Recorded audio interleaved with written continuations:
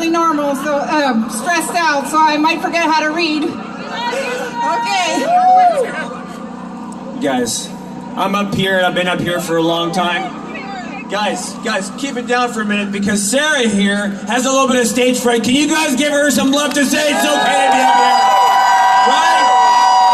We're all doing our best up here, so give some love to Sarah. She's gonna do her best. Get going, girl. Right. Thank you. Thanks. My name is Sarah. I'm a nurse and I work in a nursing home. I'm also the founder of Nurses Against Lockdowns, an organization who aims at uniting all healthcare workers and giving them a voice. Our message is, the cure cannot be worse than the disease. As nurses, we took an oath to do no harm, yet the unjustified lockdowns are forcing us to do the opposite. At first, everyone agreed that as frontliners, we were underpaid and we needed to be treated better. We started by getting a temporary bonus to cover our losses, but now most of us have been left behind and still unable to return to our second jobs. As if that's not enough, our rights are constantly being trampled on. We need to do as we are told and comply, or we're bad nurses who are a danger to our patients. We're told that we have a choice when it comes to the testing, but that choice may mean we're out of a job. Our rights seem to be vanishing by the minute. Nobody is standing by us, so the time has come for us to stand for ourselves. Hence, Nurses Against Lockdowns. As healthcare workers, we're not just worried about our rights and salaries, of course. Our biggest concern is humanity and where this is all heading. Obviously, we're worried about the entire population, but there are three groups that need our immediate attention: the elderly, our children, and the growing number of people struggling with mental health issues. Did you know that each resident in a nursing home gets an allowance of $9 per day for food here in Ontario, while prisoners get almost $15? That's how much they care about our most sick elderly. And they're going to come and tell us that we're shutting down the economy to protect them? Sounds like BS. Nursing homes were hit the hardest, with residents being isolated from their families for 7 months now. They were just starting to get visits, and here comes the second wave. Public health is already calling outbreaks, front, back, and center. That means that every resident must stay in their room for a period that can be up to 14 days, even with no one having symptoms. It's ridiculous. It's devastating. Our elderly are being treated like prisoners in solitary confinement. The lockdowns have been detrimental to their well-being. Some have died of broken hearts, and many others of failure to thrive. I found a letter of appreciation that Caroline Turek, an MD, wrote to Randy Hillier, and I couldn't agree with it more. It said, "The elderly do not want to stay alive at all costs. They want quality of life and to be close to their families and caregivers. Studies show that the more social and emotional engagement people have, the more resistant they are to viruses," end quote. Why on earth are we doing the opposite of what we know to be right?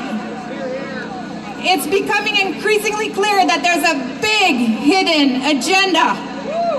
These are crimes against humanity. Nobody has the right to tell us when and where we see our loved ones, ever!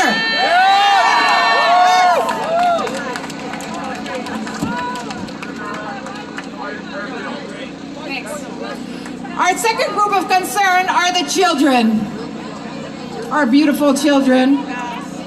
Wearing a mask is unsafe for anyone, but it has even more detrimental effects on a growing child's brain development due to a decrease in oxygen intake. Not only that, but facial recognition is super important for their social development. And let's not forget that kids wearing masks makes it much harder for us to identify them, making it easier for predators to prey on them. Also, kids tend to play around with the masks more. They get them dirty and wet, which creates more moisture, which is the perfect environment for bacterial growth, which can lead to all kinds of health issues, including bacterial pneumonia, which can be quite severe for kids or anyone. Kids are not even getting seriously sick from the virus and can be used to build herd immunity. So why all the extremely harmful measures? We should be letting them run around and letting their immune system do what it does best. Build immunity. Yes! Kids are being traumatized into thinking that death lingers everywhere and that they may be the cause of the loss of a loved one. It's brutal for them. Many will struggle with mental health issues throughout their lives because of it. They are being indoctrinated and conditioned to follow without thinking and learning that questioning the narrative has negative consequences. They want the next generations to live in fear, be submissive, and obedient. Well, we're here to tell them that's not happening. We're raising our kids to be fearless, critical thinkers who question everything and are not afraid to fight for what is right. The third group of concern is people with mental health issues. This one hits really close to home for me. I'm a survivor and advocate of child sexual abuse. Many of the people I love the most struggle with their mental health, myself included. Due to the fear, financial instability, and isolation that the lockdowns are creating, we are seeing a significant rise in depression, anxiety, post-traumatic stress disorder, and substance abuse. There has also been an increase in overdoses and suicide, with CAMH predicting up to 2,114 excess death by suicide here in Canada by the end of 2021. What about those lives? Don't they matter? Before the lockdown, I was in the best place of my life.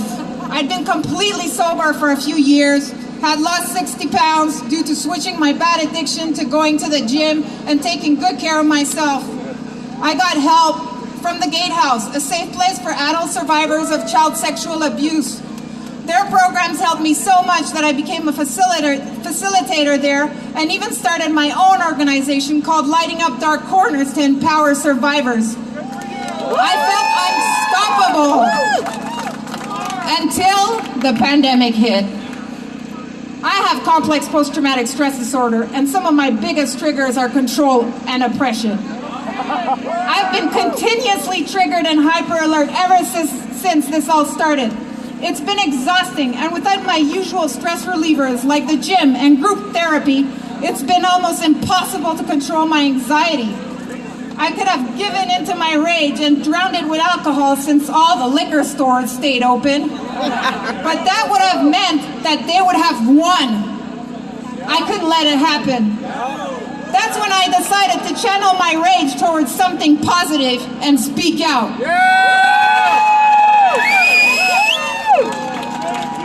Thank you!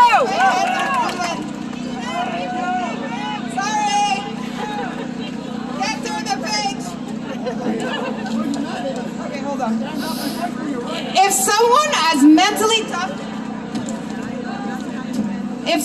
mentally tough as I am, almost completely broken down by the lockdowns, can you imagine what it did to people who were already in distress?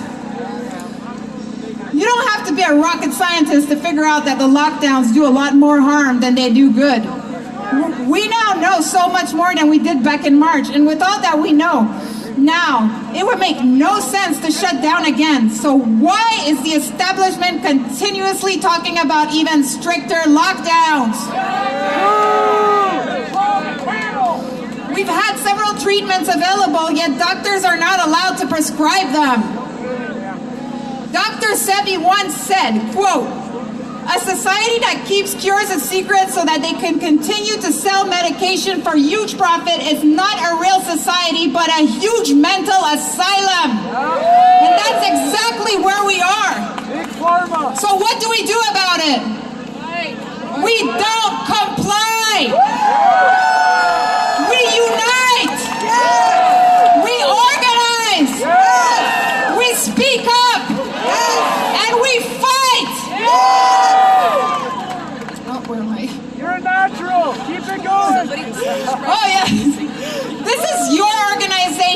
and anyone in any type of healthcare setting can join. We are your voice, and therefore we want to hear from you. I saw this video about a panel of doctors, and I thought this would be the perfect quote to end with. Quote, "We reject a new normal. And we don't want the old normal neither, because that's what got us here. We want a better normal." Oh, and I want to thank the Lion for giving me the opportunity to speak today. Please join us on Facebook, Twitter, or Instagram at Nurses Against Lockdowns, or email us at nursesagainstlockdowns@hotmail.com. Let's get together and bring these psychopaths to justice!